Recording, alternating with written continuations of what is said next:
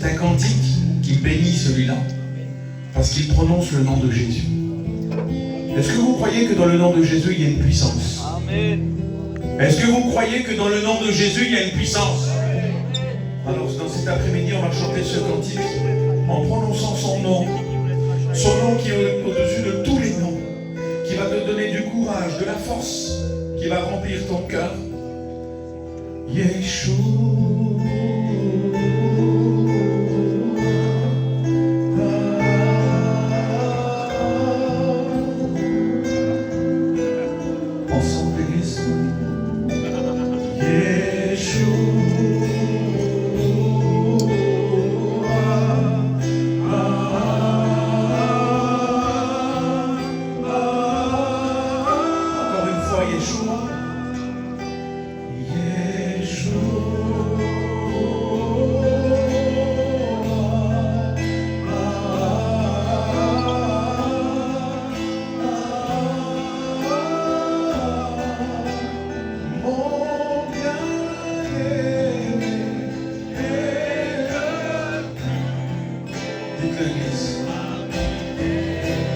C'est lui le plus beau, c'est lui le plus fort, on l'attend, qui revient nous chercher.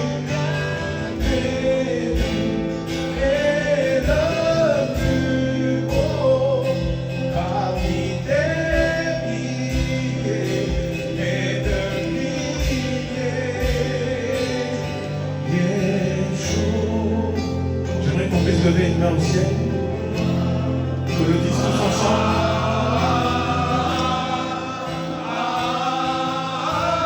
Deux ou trois réunis en son nom, il est au milieu de nous. Vous savez comment que Dieu se manifeste au milieu de nous? C'est dans ce que tu persévères, dans ce que tu es en train de faire en ce moment même, c'est-à-dire le louer, l'adorer, en prononçant son nom. Yeshua.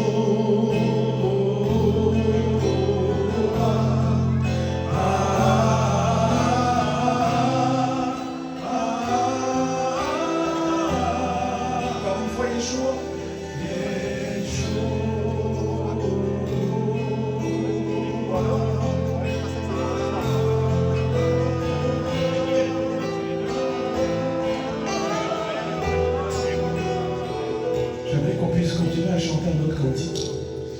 Un jour, on était en mission et on chantait ce cantique qui dit « Je lève mes mains ». Et à travers ce cantique-là, il y avait un frère qui était au fond du chapiteau. On chantait « Je lève mes mains ». Et pendant qu'on chantait le cantique, je le vois au fond de la salle. Il lève les deux mains au ciel, mais il pleure. Je le vois pleurer, rempli de l'Esprit de Dieu. Et on continue à chanter le cantique, on loue Dieu, c'était un culte. Et dès qu'on termine le moment de chanter, il court sur l'estrade. Et quand il court sur l'estrade, il se précipite à prendre le micro et il dit ces mots. Il dit « J'ai fait un AVC. Il y a quelques années en arrière, j'ai fait un AVC et j'arrivais plus à bouger mon bras. Et ni ma jambe, j'avais du mal aussi à marcher, mais mon bras, j'arrivais plus à le bouger. Et pendant qu'on était en train de chanter ce cantique, je lève mes mains, les frères. Pendant qu'on était en train de chanter ce cantique, je lève mes mains, il a commencé à courir sur l'estrade. Parce que pendant qu'il chantait le cantique et qu'il levait les deux mains au ciel, Dieu l'avait guéri totalement. Dieu l'avait guéri totalement. Le membre qui était bloqué, au moment où c'est que on a dit lever les mains au ciel, il a fait ça. Et il ne s'est pas vu faire. Sa main s'est débloquée, Dieu l'avait guéri. Je ne sais pas qu'est-ce qui t'empêche au jour d'aujourd'hui d'avancer. Je ne sais pas qu'est-ce qui t'empêche à lever les mains au ciel. Je ne sais pas qu'est-ce que tu es en train de vivre en ce moment. Mais j'aimerais que tu puisses le faire comme une prière. Je lève mes mains. Même si je n'ai plus de force. Si tu n'as plus de force, si tu as des problèmes, lève tes mains au ciel. Je lève mes mains. Chantez-le comme une prière. Même si j'ai des problèmes. Regarde ce qui se passe si tu lèves tes mains au ciel. Quand je lève mes mains, je commence à sentir.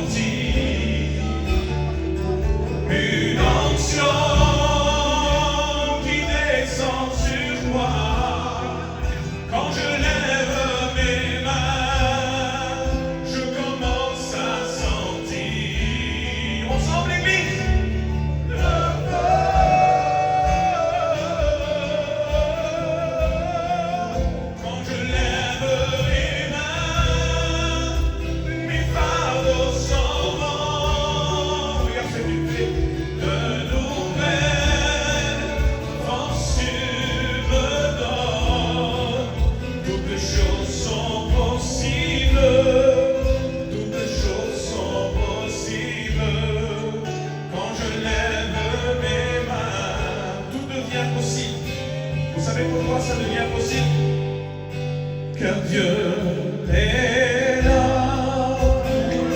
Quand c'est lui qui prend le contrôle, Dieu est là. Il est là pour te bénir. Dieu est là. Pourquoi qu'il est là? J'aimerais que c'est l'église qui le chante. Allez-y les frères et les sœurs. Tous ensemble. On est venu prendre nos bénédictions dans nos foyers. Chantez-le.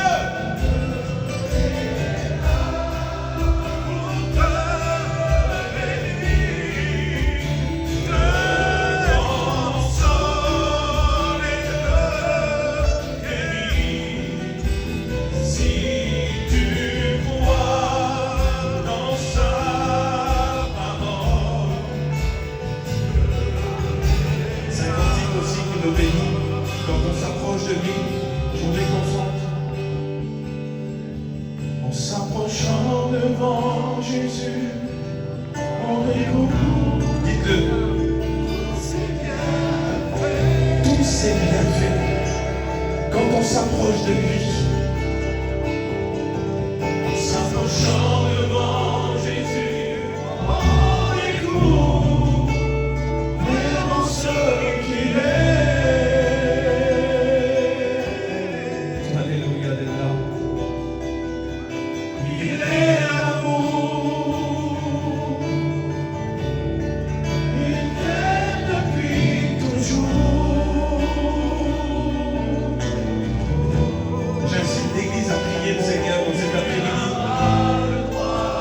De cela, tu n'as pas le droit, parce qu'il est là, tu n'as pas le droit d'avoir peur.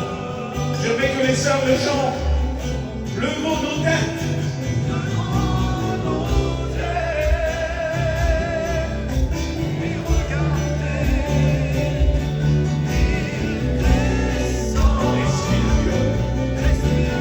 Maintenant les frères, levons nos mains.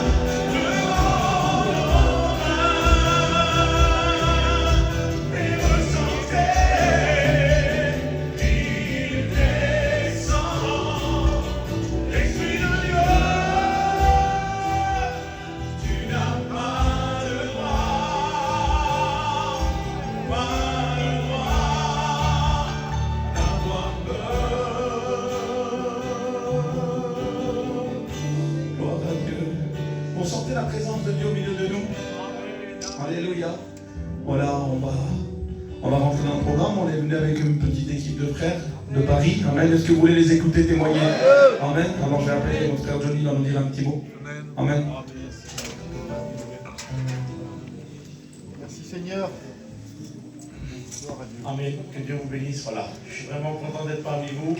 Vous avez vraiment une très belle église, Seigneur. Je le dis, c'est vraiment la beauté de Dieu. Vraiment, je dis ça parce que vers chez nous, on est en train de faire aussi une petite œuvre. On essaie d'acheter une église. Et quand je vois ça, ben, ça me donne de l'espérance. Je sais que le Seigneur, comme il vous a béni à vous, il va nous bénir aussi. Je vais vous expliquer l'expérience qui a bouleversé mon foyer, l'expérience qui m'a réellement fait connaître Dieu. Et quelques années en arrière, j'avais eu des petits soucis, et puis à ce moment-là, les soucis commençaient à être assez importants. Et puis ces soucis-là ne pouvaient pas se régler avec nos anciens, malgré que c'était des hommes de pays, malgré qu'ils avaient une capacité, il n'y avait pas de solution entre leurs mains. Et donc il se passe que le temps coule un petit peu, je dois aller dans le sud, avec les frères avec qui on est venus aujourd'hui ici, et puis on leur dit, écoutez, on n'est pas très loin, on n'irait pas faire un tour vers chez John là-bas, là. Et donc on prend le week-end, on va vers là-bas, et puis à ce moment-là, quand je vais dans le sud, moi dans ma tête, mon problème il est à Paris. Dans ma tête, moi, c'est mon problème, il va se régler comme il doit se régler, puis c'est tout. Arrivé là, il se passe, les jours se coulent, et puis je me retrouve un moment avec lui. À ce moment-là, John ne connaissait pas ma situation, ne connaissait pas ma vie, mais poussé de Dieu, la Bible dit que c'est poussé par l'Esprit que les hommes ont parlé. Il me dit, écoute Johnny, il faut que je te le dise. Le Seigneur me dit, il faut que tu pardonnes. À ce moment-là, je me dis, ça retentit dans mon cœur, je dis, Seigneur, c'est pas possible. Pourtant, c'est moi qui ai été blessé, c'est moi qui vis d'injustice. C'est vers moi qu'on m'a dit des paroles blessantes. On m'a humilié, Seigneur. Je dis alors, c'est moi qui dois pardonner, Seigneur. Et je vous le dis, à ce moment-là, je n'étais pas chrétien, c'était compliqué pour moi. C'était très difficile même. Et je dis, Seigneur, écoute, je remets tout entre tes mains. Je rentre vers chez moi et puis je lui dis à elle, je dis, écoute, le Seigneur m'a parlé. Il m'a dit de pardonner à ceux qui nous ont fait mal, à ceux qui nous ont fait pleurer. À ce moment-là, on n'avait rien compris, mais dans mon cœur, j'avais pris l'engagement de le faire. J'ai mis ma confiance en Dieu.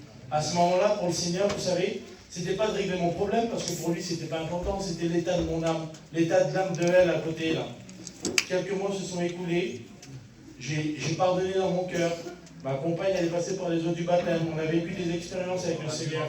Pour nous, on est des Roms, on avait fait quelque chose qu'on n'avait jamais fait, on avait été à Gien pour une première fois de notre vie. Seigneur nous avait bénis, je vais vous faire rigoler, on était dans la poussière, mais on était bénis. Seigneur, mais pour vous dire quoi alors? C'est que le Seigneur ensuite a bouleversé ma vie. Pourquoi je vous dis ça? C'est que peu de temps après, avec ce garçon-là, le garçon que j'ai eu des problèmes, le garçon qui m'a fait pleurer, quand on est un chrétien, il faut savoir pardonner. J'ai été vers lui, je dis écoute, mon frère, je te demande pardon. Moi, à ce moment-là, je ressentais que Dieu était en train de guérir mon âme, il était en train de guérir mon cœur. Cet été, on a fait un exploit. On est parti en mission. Et dans cette mission-là, ma compagne, elle a reçu le baptême du Saint-Esprit. Aujourd'hui, tant bien que mal, on essaie de servir le Seigneur. On n'est pas les meilleurs, c'est vrai, on n'est pas les plus beaux. Mais par contre, on le fait de tout notre cœur. Et pour ce séminaire, cette retraite de foyer, à vous, foyer, peut-être qui passe des difficultés, à vous, foyer, peut-être fatigué, venez prendre du repos dans le Seigneur. Amen. Alléluia. Gloire à Dieu. Prendre du repos en Dieu. Vous savez, des fois, nous, chez nous, on est spécialiste pour le stress à Paris. Et du fait, déjà, que j'ai été installé dans l'auto, dans le 9 places, on est 12 dans 9 places. Du fait que j'ai été installé dans l'auto, que je sais que je vais aller faire l'œuvre de Dieu, ça bénissait déjà mon cœur. Tu as besoin de ça, tu n'as pas besoin d'autre chose. N'essaie pas de te mettre du poids dans autre chose que ça. Tu as besoin de la présence de Dieu. C'est ce qu'on a besoin, c'est notre carburant. Si tu n'as pas ça, tu feras quoi? Un chrétien qui ne ressent plus la présence de Dieu, qu'est-ce qu'il fera? Qu'est-ce qu'on fait? On est les gens les plus malheureux du monde si lui, il n'est pas là. Tu peux avoir des tonnes d'argent, ce que tu veux. Si lui, il n'est pas là, tu ne seras pas bien. Alors on va recharger les batteries spirituelles. Amen. On va être rempli de Dieu à travers ce séminaire. On va continuer à être bénis. Je vais appeler aussi au Lacho, il va nous dire un petit mot. Gloire à Dieu. Amen. Gloire à Dieu. Merci Seigneur. Merci Seigneur. Que Dieu soit béni. J'aimerais bien vous partager une expérience que j'ai vécue avec le Seigneur. Et à travers ça, eh bien, j'espère que Dieu augmentera votre foi. C'est une expérience que j'ai passée il y a 2 ou 3 ans en arrière. On était parti un 31 décembre eh bien, avec la famille pour manger dans un restaurant. Et moi, je suis un chrétien. Je disais à ma compagne, il faut que je sorte vite avant minuit, il faut que j'aille passer du temps avec des copains.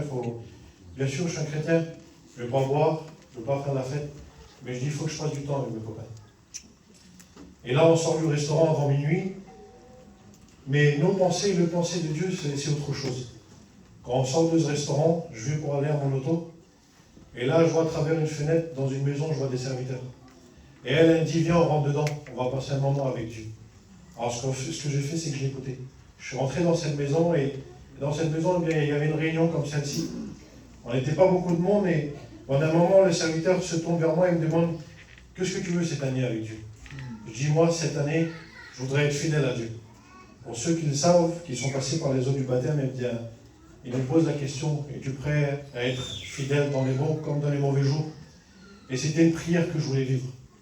Et une semaine ou 2 se passent après cela, c'était un mardi, il devait avoir la réunion de jeunes. Et les affaires de la vie, ça m'avait énervé, ça m'avait agité, je commençais à parler avec Dieu et je dis, Seigneur, ce soir je n'irai pas à la réunion. Mais à ce même moment, le Saint-Esprit me faisait rappeler cette prière, être fidèle à Dieu. Amen. Et quand j'écoute cela, eh bien, j'appelle Yannick, je lui dis, viens me chercher, on va aller à la réunion. Quand j'arrive là-bas, j'écoute les témoignages, j'écoute les cantiques. Et avant que la prédication, le serviteur vienne apporter la parole, je commence à parler à Dieu. Et vous savez, je vais parler avec mon cœur. Avant, mon habitude, c'était de pouvoir réfléchir, savoir ce que je disais. Mais là, c'était mon cœur qui a parlé. Et je parlais à Dieu, je disais, Seigneur, j'en ai marre d'être béni par rapport aux autres. J'aurais voulu en cette soirée faire mon expérience et savoir ce que tu attends de moi. Et je vous le dis, il ne s'est pas passé une seconde, à l'instant même où j'ai ouvert les yeux. Le serviteur de Dieu s'est levé et il a dit, il y a ainsi un jeune garçon qui demande à Dieu ce qu'il attend de lui. En me montrant du doigt, il m'a dit, c'est pour toi. J'aimerais vous dire qu'en cette journée, que le Seigneur écoute Il est le même hier, aujourd'hui et éternellement. Sache que ce que tu as demandé, le Seigneur peut te le donner.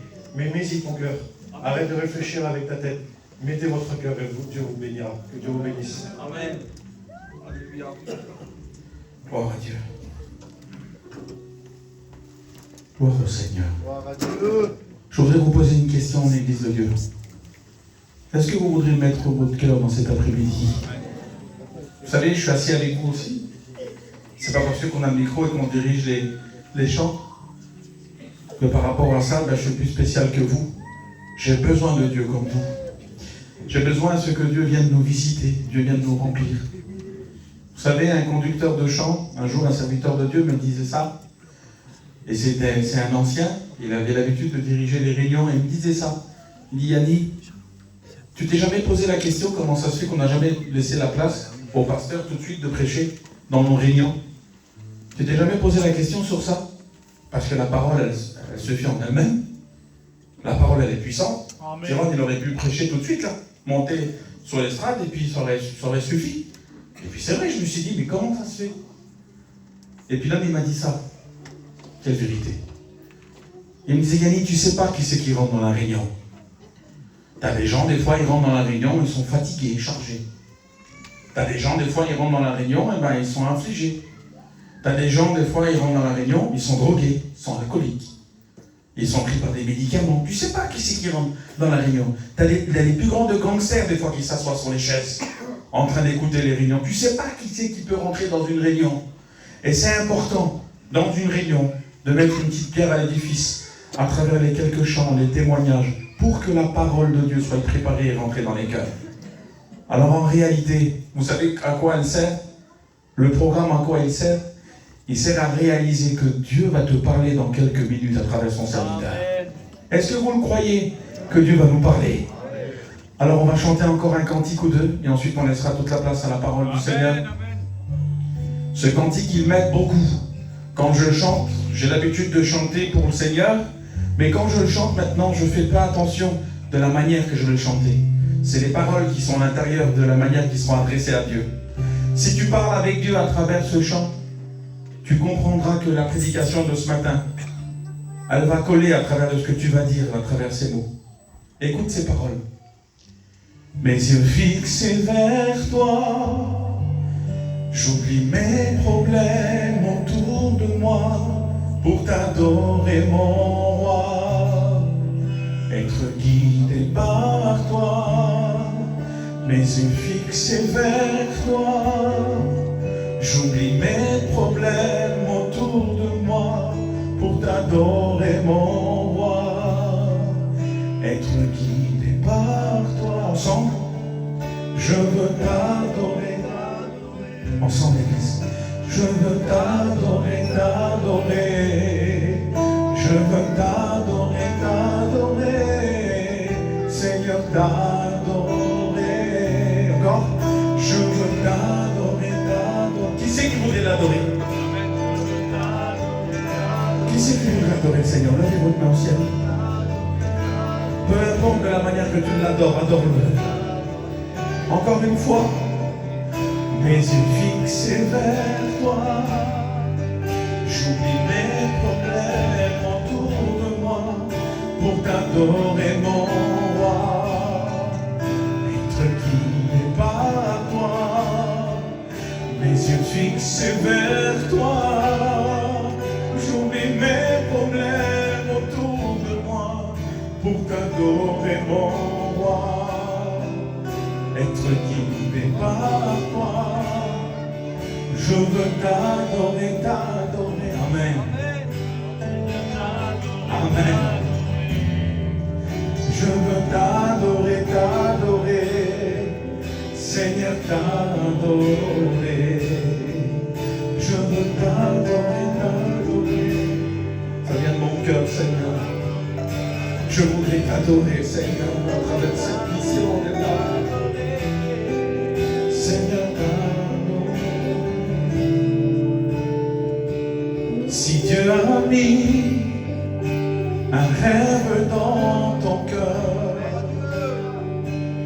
écris-le, garde-le comme un trésor.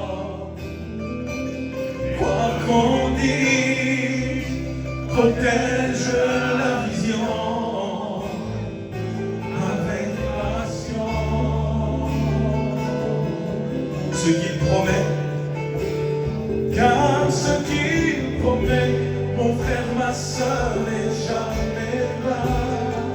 Amen. Toujours fidèle et son chemin certain. Même si les choses semblent n'aboutir à rien. Dites-le maintenant. Persévère. Qui c'est qui voudrait persévérer? Continuez à avoir sa bénédiction. Dites-le. Persévère. Je voudrais que toute l'église se mette debout, s'il vous plaît. On va persévérer ensemble. Allez-y.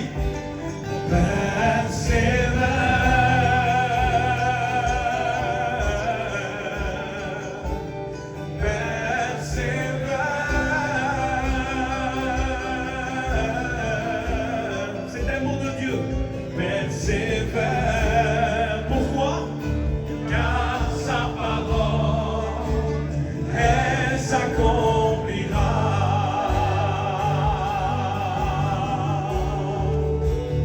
Car ce qu'il promet, mon frère, ma soeur, n'est jamais vain.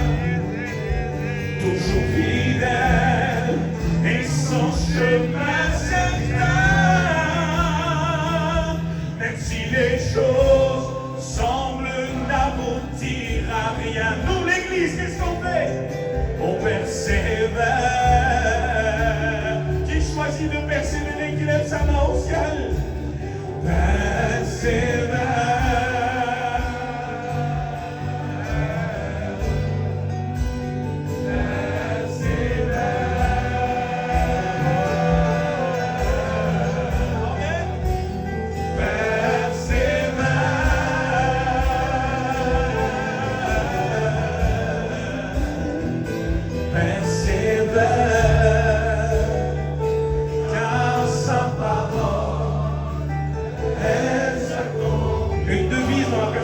Restez debout.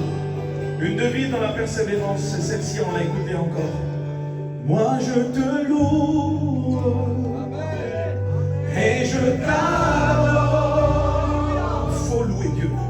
Je lève les mains vers toi pour t'adorer, mon roi. Moi je te loue et je t'adore. On lève nos mains au ciel. Je lève les mains vers toi pour t'adorer, car tu es grand. Car tu es grand, ton amour est puissant. Son bras puissant nous saisit. Alléluia. Pour m'emmener près de toi. Car il est grand. Oui, Seigneur, tu es grand, Dieu.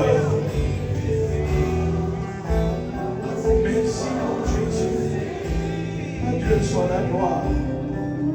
Mon cœur est près de toi. Le dernier cantique, le dernier. On va chanter Je veux t'adorer.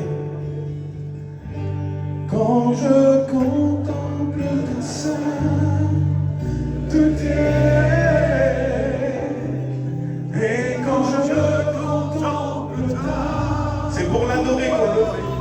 Même dans la souffrance, même dans l'épreuve, on l'adore.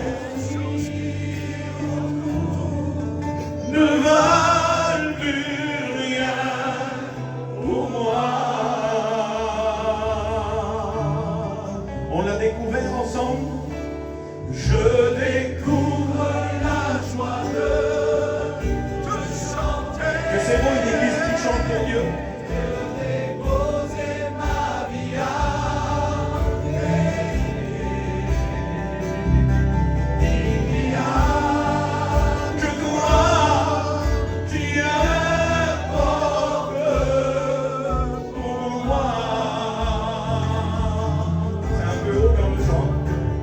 Je t'adore.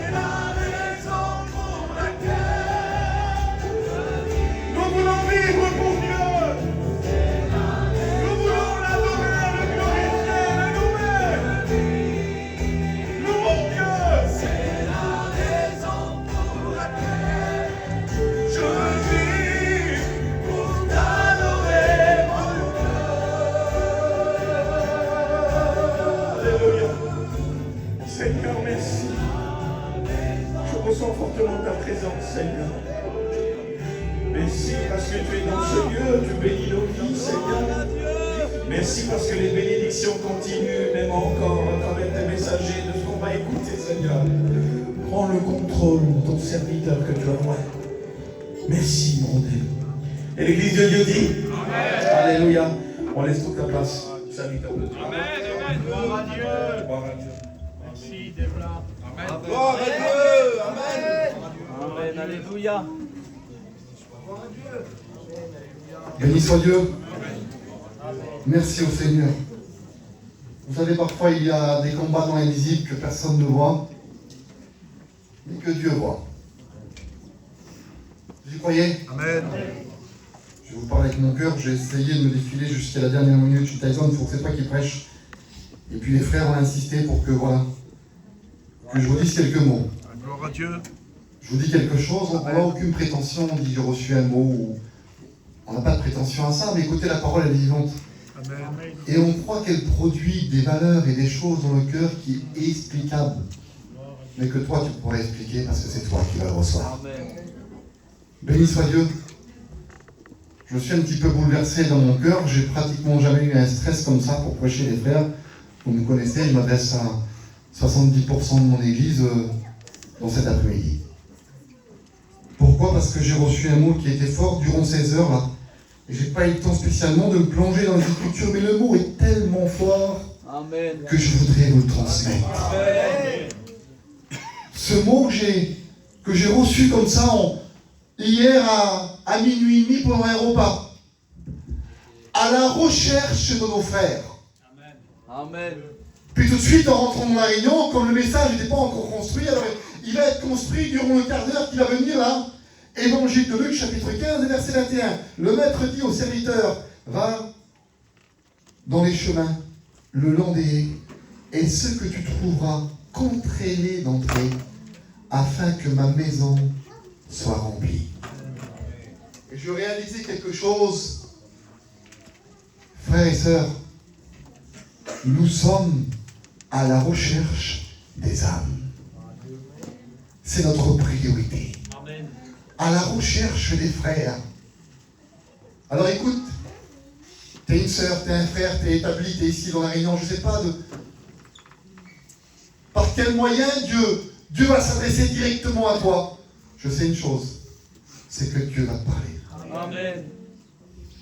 À la recherche des frères. C'est le livre de Néhémie qui nous dit ces mots, chapitre 14.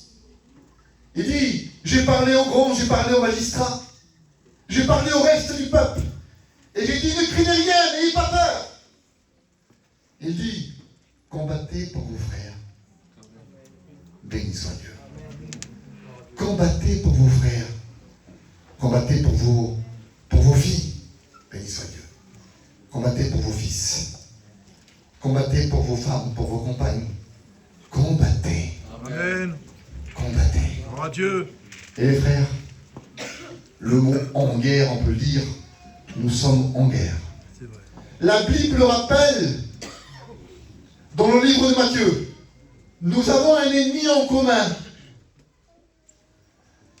Le livre de l'Apocalypse, chapitre 12, il l'appelle l'accusateur de nos frères. Réalise quelque chose. Celle ou celui qui est assis à côté de toi, l'ennemi est en train de l'accuser, en train de lui faire du tort, en train de lui faire du mal, en train de la faire ou de lui faire souffrir, parfois en train de le faire pleurer comme il disait les frères. L'ennemi, écoutez ce que je vous dis, je parle au peuple, à l'église là, il est en train de vouloir toucher les ministères qui sont là, en train de les accuser pour leur faire du mal. Mais comment combattre? Dites-moi les frères, comment combattre réellement?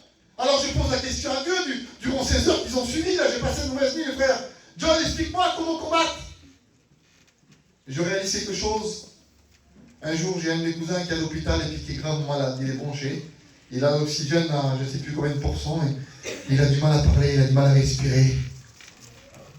Et puis le docteur lui disait, monsieur, il faut combattre. Battez-vous monsieur.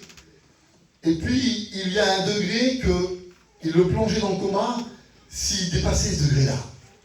Écoutez, monsieur disait, Ne dépassez pas la limite. Battez-vous. Battez-vous. J'aimerais vous dire à vous cet après-midi-là. Ne dépassez pas la limite. Amen. Battez-vous. Amen. Gloire à Dieu. Battez-vous.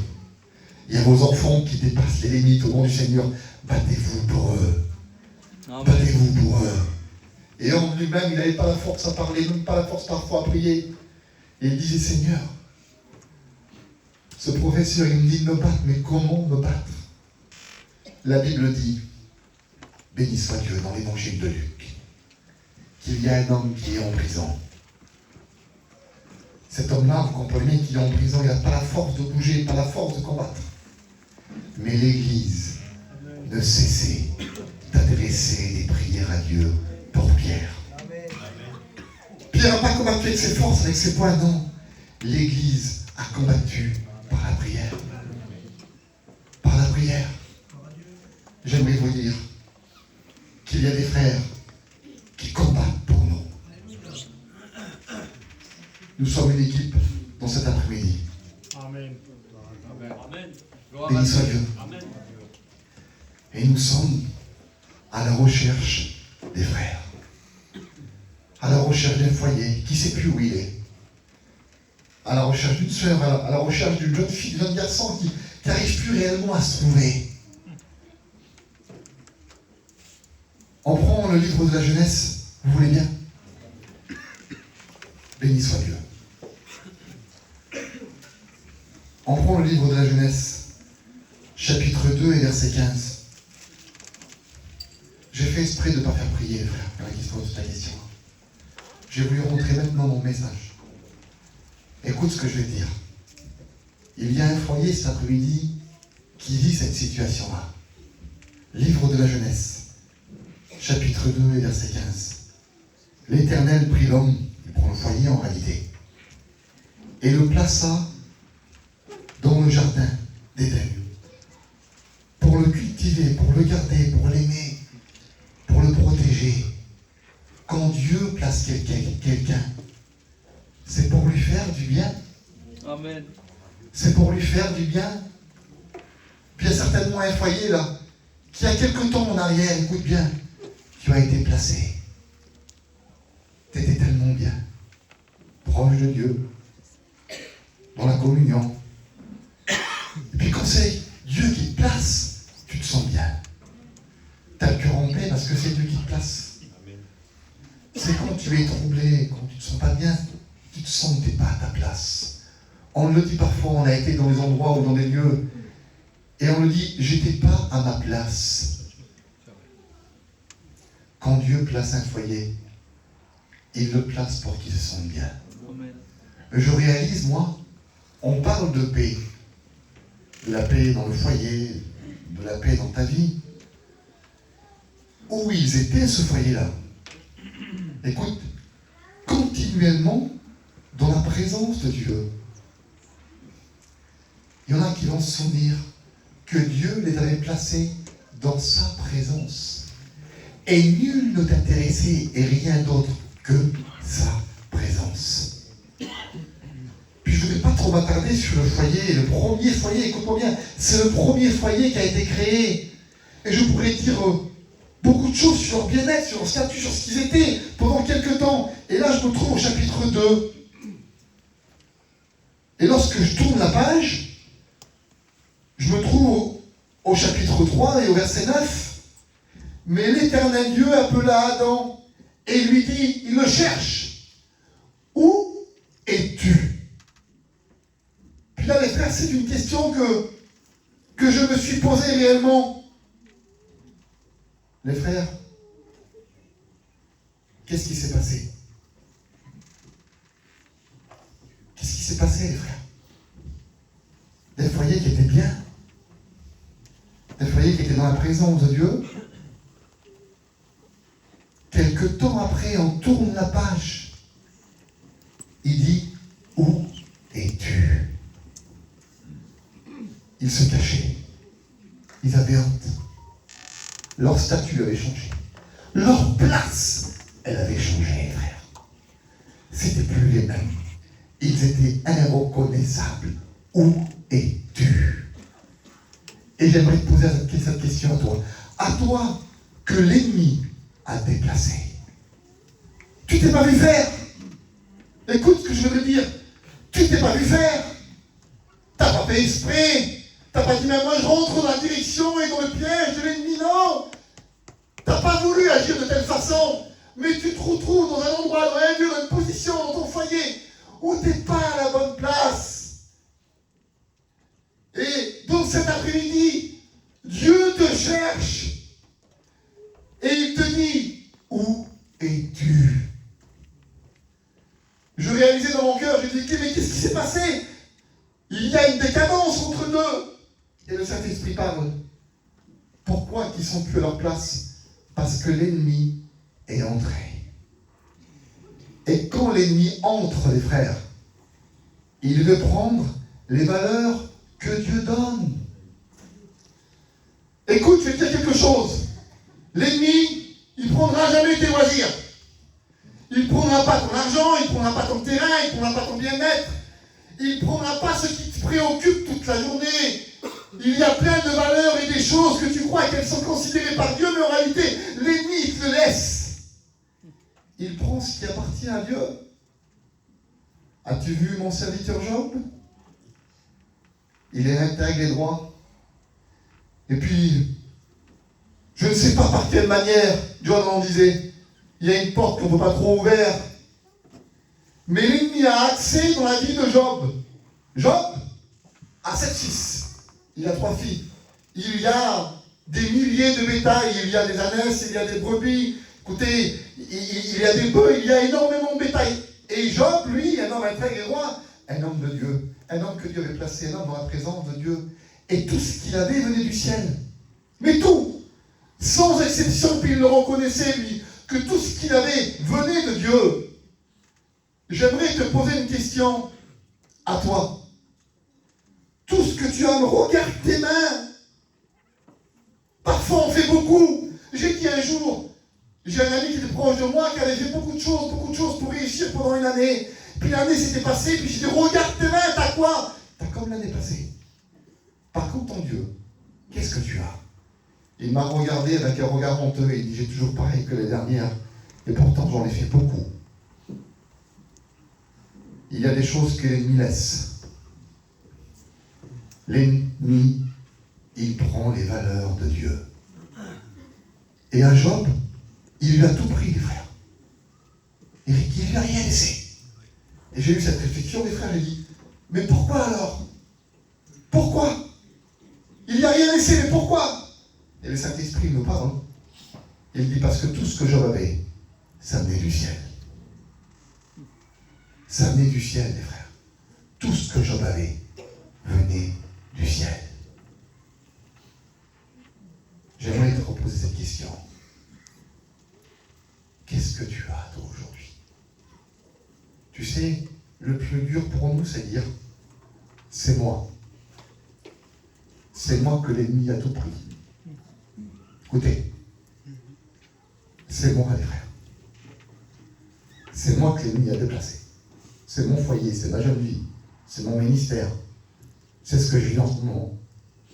J'ai une douleur que j'arrive pas, je ne me retrouve plus. Je ne sais plus où je suis. Je ne sais plus où je suis. Je ne me reconnais plus. Il y a des colères qui apparaissent, tu ne sais même pas d'où elles viennent. Tu te lèves le matin, t'es pas bien. Qu'est-ce qui se passe? Qu'est-ce qui se passe? C'était pas ça, toi. Tu n'étais pas celui ou celle qui s'énervait pour un bruit, pour un rien. Tu n'étais pas comme ça. Et j'aimerais vous dire ce mot, puis revenir au mot principal. On a un ennemi commun qui veut prendre toutes les valeurs qui appartiennent à Dieu. Combattez pour vos frères. Combattez pour vos filles.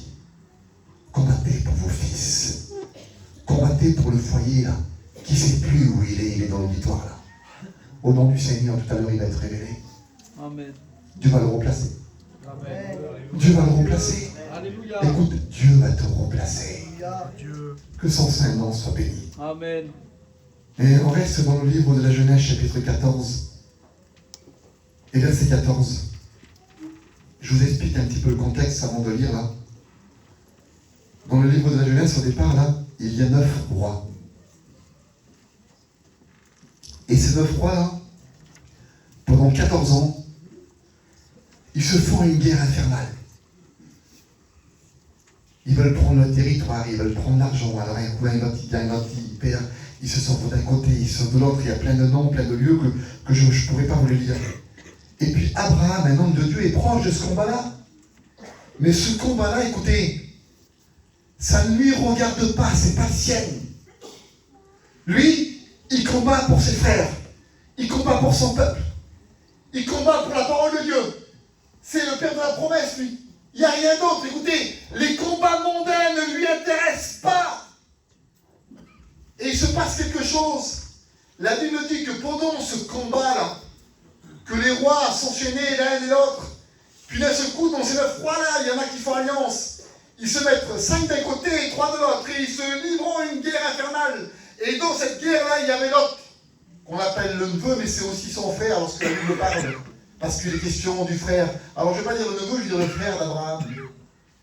Et puis, la Bible dit ces mots, que pendant cette guerre infernale-là, il y a une équipe de rois, ceux qui sont mis à 4. Voilà, je passe les noms. Puis ils viennent conquérir le territoire. Le territoire, un territoire hostile, ce n'est pas un territoire de chrétiens. Écoutez, un territoire qui n'est pas trop l'évangile. Ce n'est pas une guerre qui concerne Abraham. Pas du tout. C'est le roi de Sodome et le roi de Gomorrhe. C'est 2 pays différents qui se livrent entre eux. Et la Bible dit que le roi de Sodome et le roi de Gomorrhe, ils perdent la bataille. Et ils se font tout prendre.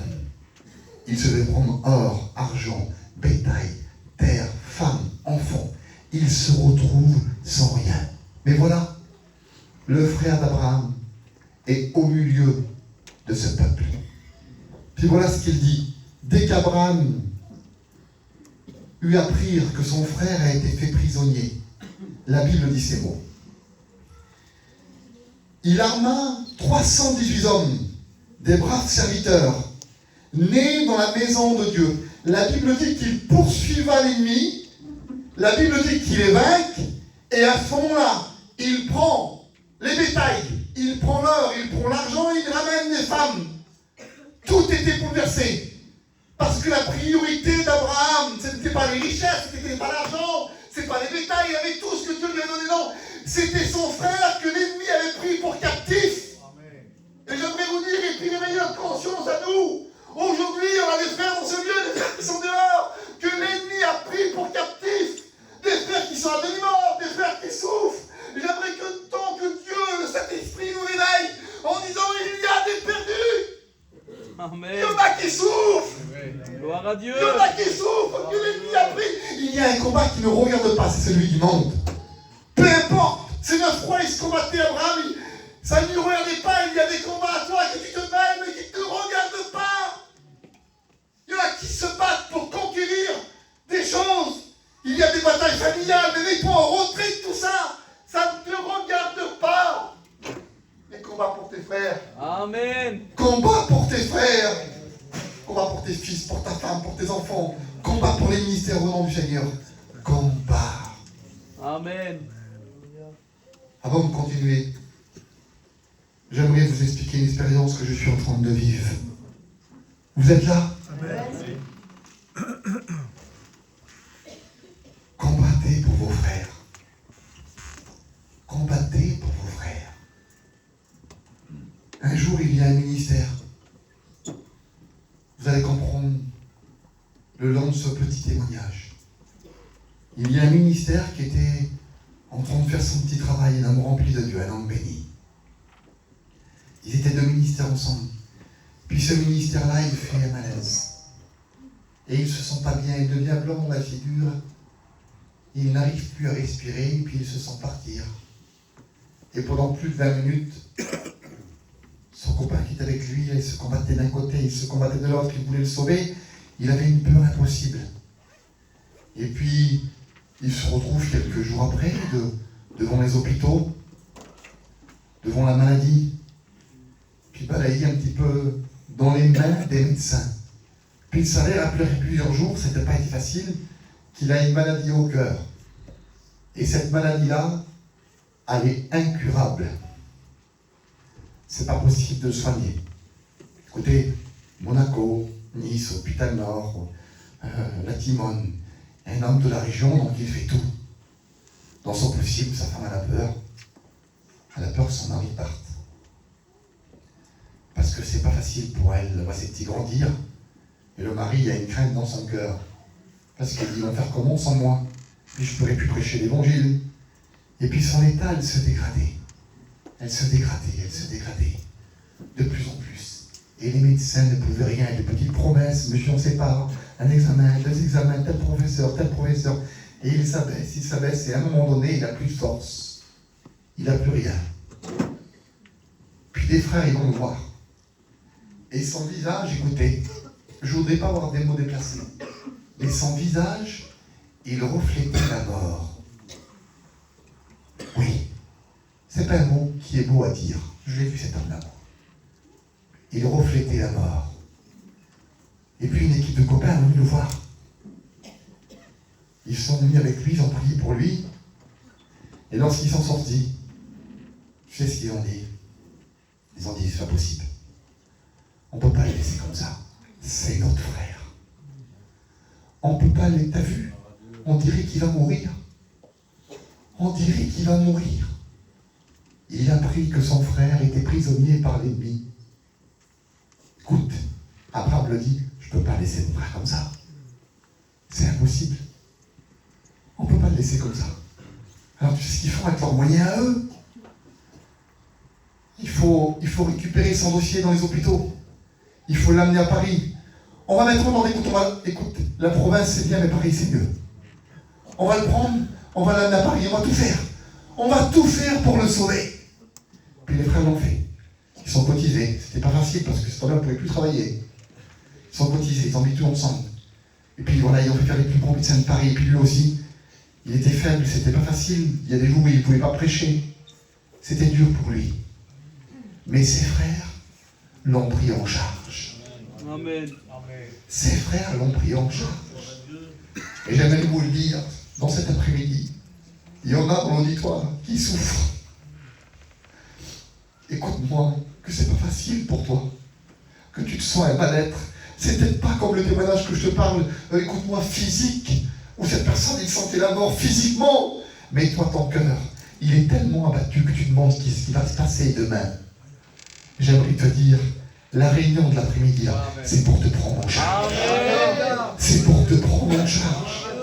Et j'aimerais parler à tout le monde, aux ministères qui sont là, parfois que l'ennemi attaque, aux foyers qui ne savent plus où ils en sont, aux jeunes mamans, aux jeunes papas, aux jeunes étudiants qui sont là. Laisse-toi te prendre en charge par Jésus.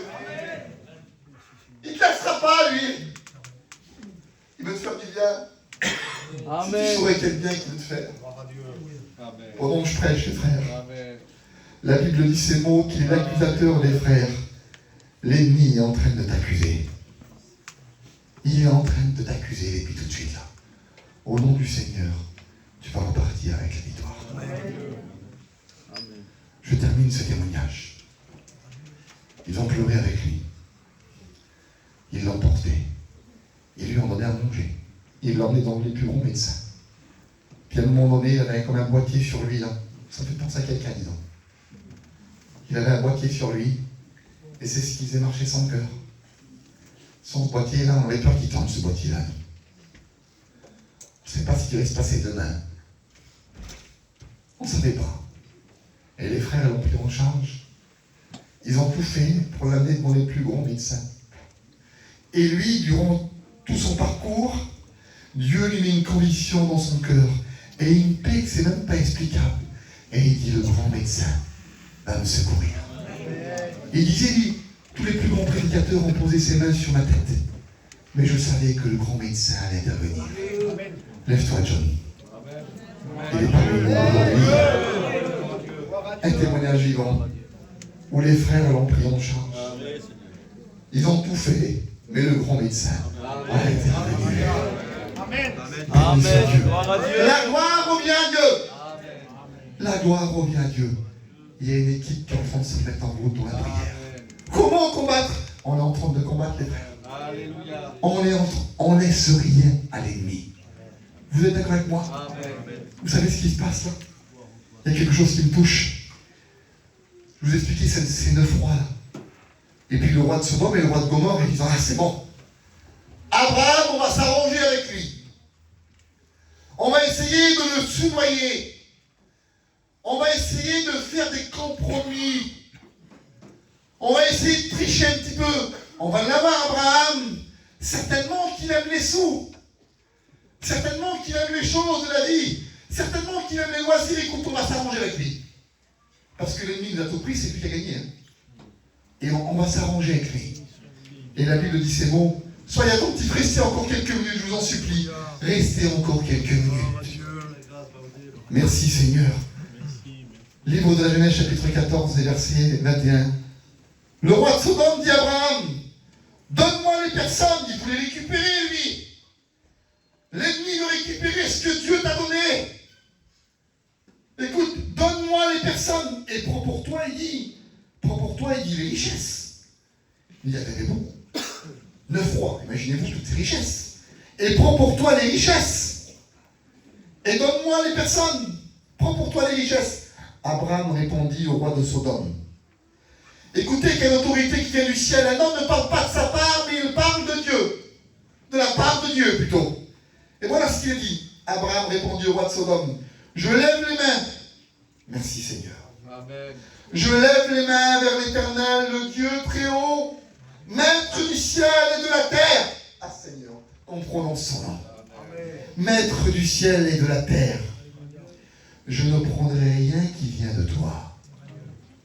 Ah Seigneur, tu veux partager, tu veux me faire des compromis, tu veux me soudoyer, tu veux que je devienne un corrompu. Non, je ne prendrai rien qui vient de toi. Pas même un fil. On en a tous sur nous là. Un fil à couture. Pas un fil. Même pas même un cordon de soulier. Tu n'auras rien.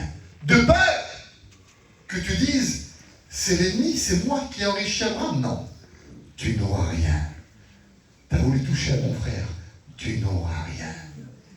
Et c'est ce que j'aimerais dire à l'ennemi maintenant, les frères. Amen. Je voudrais que l'Église lui dise, lorsqu'on dit combattez pour vos frères, combattez pour les ministères, l'Église. John, je vais dire quelque chose. Quand tu étais malade, on est dans la liberté ici, là. Amen. Quand tu étais malade et que tu faisais opérer, je crois que c'était à Bordeaux que tu t'es fait opérer, je crois, il me semble bien, ou à Paris, je ne sais plus. À Paris, tu t'es fait opérer. Et puis, je me souviens, quand j'étais tout jeune, mon père était en opération. Puis c'était l'époque que tu étais avec nos missions. Et puis toi, il fallait que tu combattes, mais tu n'avais pas la force, tu étais fatigué, John. Tu n'avais plus de force, je me souviens. Tu avais maigri, tu n'arrivais pas à avancer. Mais l'Église ne cessait d'adresser des prières à Dieu. Alors écoutez, s'il pourrait monter ici, nous expliquer tout ce que l'ennemi lui a dit, on en passerait la journée. Nous avons un ennemi commun. C'est le livre de l'Apocalypse, je reviens dessus. Je voudrais dire à l'ennemi qu'il n'aura rien.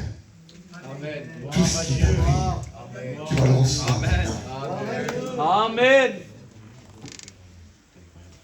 Il est appelé l'accusateur de nos frères. Livre de l'Apocalypse. L'épître de Pierre, on l'appelle l'adversaire. Livre de l'Apocalypse. Je ne voudrais pas le mettre en avant, mais lui expliquer ce qu'il est réellement. On l'appelle le destructeur. Vous savez qu'il est venu pour égorger, pour détruire, pour faire du mal. Il laisse rien. Il a tout pris à Job, je l'ai dit. Il laisse rien. Le livre de Matthieu, il l'appelle notre adversaire commun. Ensemble. L'évangile de Jean l'appelle le père du mensonge, le menteur. Il est appelé aussi l'esprit de mensonge, le tentateur, le méchant. Il vient pour diviser, pour mieux régner. Il veut séparer, je l'ai dit tout à l'heure, tu sais même plus où c'est que t'étais. Vous savez comment il est appelé aussi? Il est appelé le prince de la puissance de l'air. On a ouvert les fenêtres là. Non, c'est pas lui qui va rentrer. Pour que l'air elle passe. Il passe partout. Partout. Partout les frères. Dans les endroits où tu lui attends pas, c'est impossible qu'il ait passé. Mais qu'est-ce qui s'est passé? Je croyais pas me retrouver dans cette situation là. Qu'est-ce qui s'est passé? Combien de fois tu t'es dit, mais qu'est-ce qui s'est passé? Écoutez, l'air elle passe dans les endroits insignifiants. Je ne pourrais pas dire combien de millimètres où l'air elle passe. Mais l'air elle passe partout. Il faut que ça soit complètement fermé. J'aimerais faire quelque chose, les frères. C'est pas dans mes habitudes.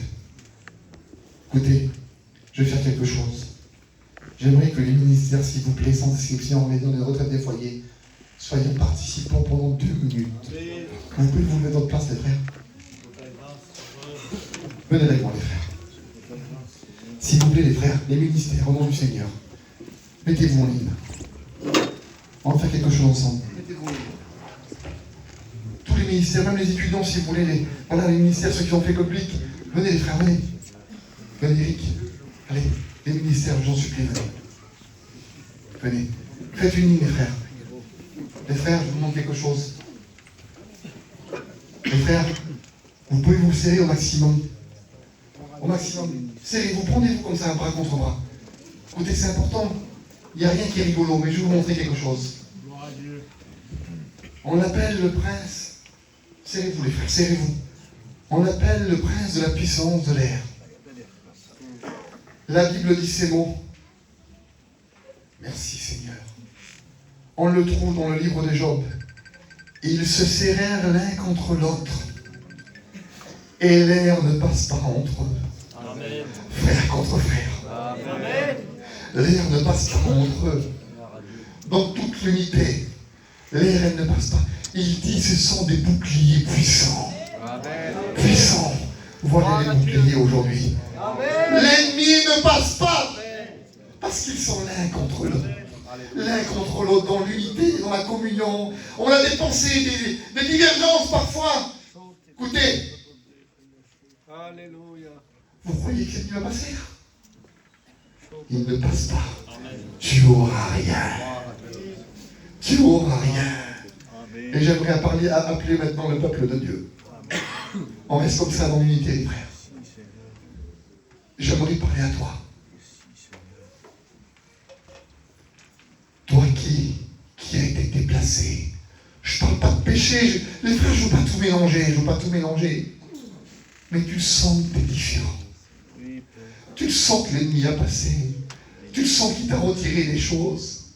Écoute, j'aimerais que tu te lèves à ta place au nom du Seigneur. Au nom de Jésus. J'aimerais que tu donnes que merci Seigneur. Dis-lui à l'ennemi, tu n'auras rien. Lève-toi à ta place. Proclame la victoire. Au nom du Seigneur. Gloire à Dieu, gloire à Dieu. Gloire à Dieu. Alléluia, alléluia. J'aimerais parler à ceux qui sont rétrogrades. L'ennemi t'a fait du mal. T'es pas là où tu dois être, t'es pas à la bonne place. Au nom du Seigneur, dis-lui, tu n'auras plus rien. Amen. Tu n'auras plus rien. J'aimerais qu'on remercie Dieu, qu'on remercie Dieu. À Dieu soit toute la gloire. Commençons à louer Dieu, maintenant. Alléluia, alléluia. Merci Seigneur pour l'unité. Merci Seigneur pour la communion. Merci pour l'unité. Merci pour la paix. Merci Seigneur parce que tu es celui qui est capable de donner ce que nous avons perdu. Le Dieu tout-puissant et nous voulons combattre pour nos frères, combattre pour nos familles, combattre pour les ministères, combattre pour ceux qui se sont éloignés. Nous voulons Seigneur tout reprendre dans cet après-midi. Que ceux qui ont perdu Seigneur puissent retrouver. Que ceux qui ont laissé les genoux à terre, Seigneur, puissent être relevés, Seigneur, par ta parole. Merci pour les décisions qui se prennent dans les cœurs, les décisions qui se prennent dans l'église. Que ton nom soit béni. Priez le Seigneur, priez le Seigneur. Il y a l'onction de Dieu ici, alléluia. Profitez de la présence de Dieu. Sois béni, sois béni, Seigneur. Sois glorifié, Seigneur. Alléluia. Alléluia. Alléluia. Toute la gloire. Merci Jésus, merci Seigneur, merci.